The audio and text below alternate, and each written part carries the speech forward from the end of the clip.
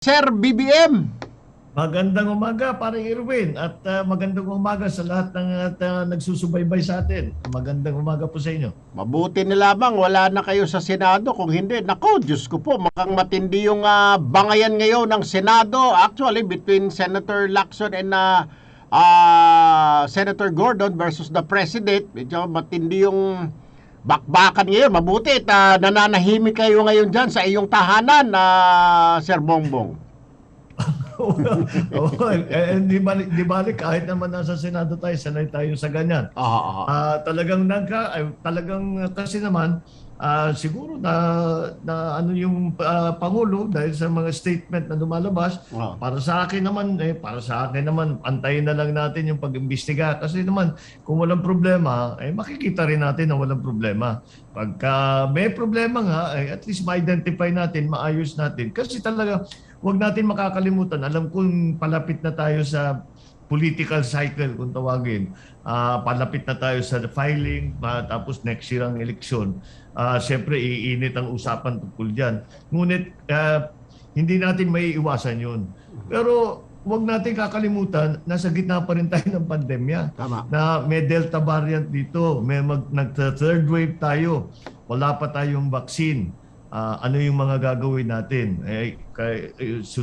Suspensya nga ng iba, kahit na yung dating protocol natin, sundan mo lahat, baka malusutan ka pa rin dahil grabe itong Delta variant. Anyway, let us not forget na yan ang priority natin ngayon. Na kailangan maayos pa rin ang pag-deliver. Siguro ngayon, ang dapat talaga nating isipin yung pag-deliver, yung rollout ng vaccine. Makabili ang gobyerno, mga LGU, kung sino man, ng vaccine para maibigay sa taong bayan. Yun ang importanteng issue ngayon. Kung ano man ang mangyari sa investigasyon, wag sana maapektuhan.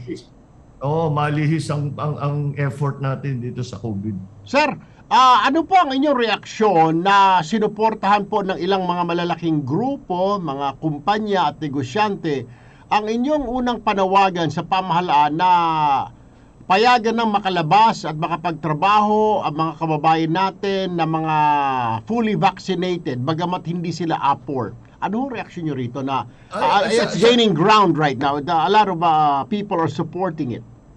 Well, that's understandable because it really makes good sense na yun ang gawin natin. Kaya naman natin binabakunahan ang tao para they can go out at magtrabaho ulit sila. May konting silang privilege na makapunta sa tindahan, makapunta sa restaurant. For one, kailangan na ng tao, talagang hirap ng tao na hindi sila makapaghanap buhay dahil sa mga lockdown. Kaya kung sino man ang nabigyan na ng bakuna, bigyan naman natin ng pagkakataon na maghanap buhay sila, lumabas sila. At yun naman na talaga siguro lahat ng pamilya ngayon sa buong Pilipinas, isa lamang ang iniisip, wala akong trabaho, wala akong hanap buhay, wala akong pera sa bulsa, wala akong ipapakain sa pamilya ko. Yun ang mga iniintindi natin ngayon. Kaya kung mayroong pagkakataon na mapagbigyan nga natin yung mga iba na lumabas at umikot, ibigay na yun, nabakunahan na nga, safe na sila. Pangalawa, kailangan na rin natin umpisahan na yung economic activity. Hindi naman po pwede na basta naka-lockdown na lang. Yung ekonomiya natin, pahirap na ng pahirap. Kailangan gigisingin ulit yan . Dahan-dahan gigisingin ulit yan. Papasiglahin ulit. So kahit na kahit na 100 piso ang pinambili mo, may effect yan, may multiplier effect yan. Kasi yung 100 piso mo, bumili ka ng gatas o bumili ka ng bigas, yung 100 piso mo, iikot yan. Yung nakatanggap doon sa 100 piso, gagamitin niya pambili ng ibang bagay. Ayan, dahan-dahan, yun ang tinatawag na multiplier effect. Kaya ibibigay na natin ng pagkakataon lahat ng ating mga nabakunahan na.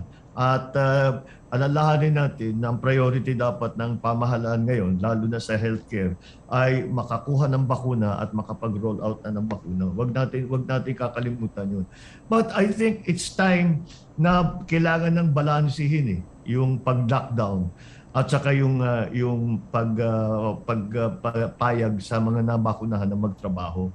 At parang siguro nakumbinsi na yata lahat na yung mga general lockdown parang hindi na effective eh. So wag na siguro gagawin yun. Granular na lang ipaubaya natin sa mga local government para sila magsasabi, itong barangay ito masyado mainit, i-lockdown muna natin o isang sitio rito, whatever it is. So, maging mas tinatawag na measured response, hindi yung basta lahat lockdown o lahat tinakawalan o lahat pwede. Hindi pwedeng ganun. Kailangan measured response kung ano yung paiba-ibang sitwasyon. Yun ang iba-iba yung mga solusyon na ibibigay natin. Alright, sir. I have two more questions. Ano hong opinion ninyo hinggil or solusyon sa reklamo ng mga health workers natin ngayon na posibleng malalagay sa balag ng alanganin ang serbisyo sa mga pagamutan, isolation facilities, quarantine facilities na pag-aaruga sa COVID-19 patients dahil hindi pa naibibigay ng pamahalaan yung mga benefits that were promised to them? That's right. Anong may sasagot mo? Pinangako talaga. Nasa batas yan eh. It's in Bayanihan 2, very clear. Na meron silang SRA or Special Risk Allowance na hazard pay, bali hazard pay, na ibibigay. Hanggang ngayon hindi pa na ibibigay. Kaya't naman, very unusual ito. Ngayon lang tayo nakakita ng mga nurse na lumalabas, nasa lansangan at nagde-demonstrate. Ibig sabihin, talagang malala na ang sitwasyon. Sana naman hindi na naaabot sa ganito. Ngunit, nandito na tayo, paano natin ayusin? Ibayad na ng DOH lahat ng dapat na pinapinadalan nilang benepisyo para sa ating mga nurse. At dito nga, napag-usapan natin yung investigasyon sa COA, etc., at DOH, no, sa Senado at saka sa House. Ay may nakita na tayo doon sa report ng COA na may malaking perang hawak ang DOH, 20 plus billion, basta billion-billion ang hawak nila na unobligated fund. Na ibig sabihin, wala pa silang nabigyan na saan gagamitin yung pondo nun. Ito na. Gamitin nyo na ito para bigay sa yung SRA, yung hazard pay ng mga nurse natin. At sang-ayon ako dun sa hinihiling ng mga nurse natin na palitan yung interpretasyon doon sa provision sa Bayanihan 2 na sinasabi ang bibigyan lamang ng hazard pay ang yung mga nurse na ang pasyente ay COVID patient. Dahil yung mga iba daw hindi naman na high risk ang pinupuntahan. Kaya't yung mga nag-aalaga lamang ng COVID patient. Ngayon, sa pagdating ng Delta variant, hindi mo na masasabi na pwede mong ihiwalay yung COVID patient at saka yung hindi COVID patient. Hindi mo na pwedeng ihiwalay ang exposure ng nurse na nawala sa COVID ward at saka yung nasa COVID ward. Dahil ang bilis kumalat nga nitong Delta variant, lahat sila ay nasa high risk area. At alam naman natin, kagaya ngayon, punong-puno ang ating mga ospital. Kung ano may emergency o may pangangailangan, humihila sila ng doktor sa non-COVID ward eh.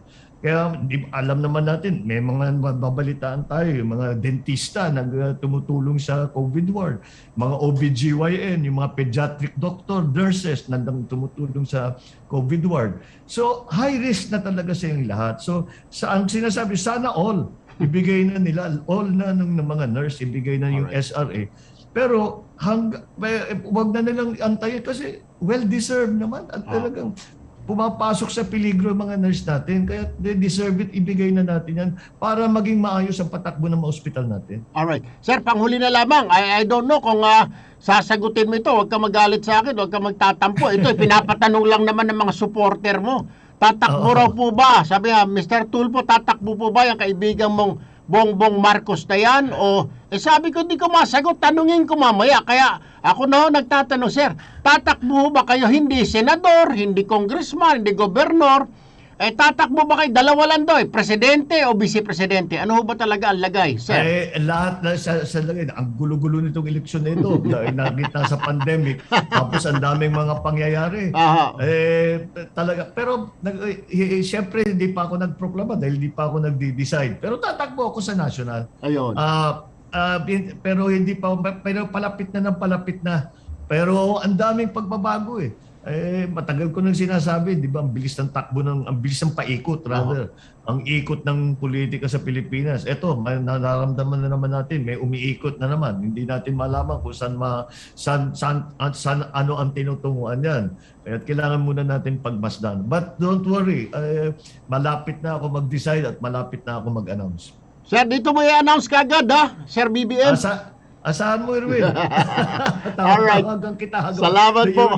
You're my first phone call Thank you po. Pag-decide ako. Thank you po. Maraming salamat po, the former Senator Bongbong Marcos. Magandang umaga po. Stay safe and healthy. Thank you, Irwin. Magandang umaga Thank you po. sa lahat ng nakikinig at nanonood. Thank you po. Magandang umaga sa inyo.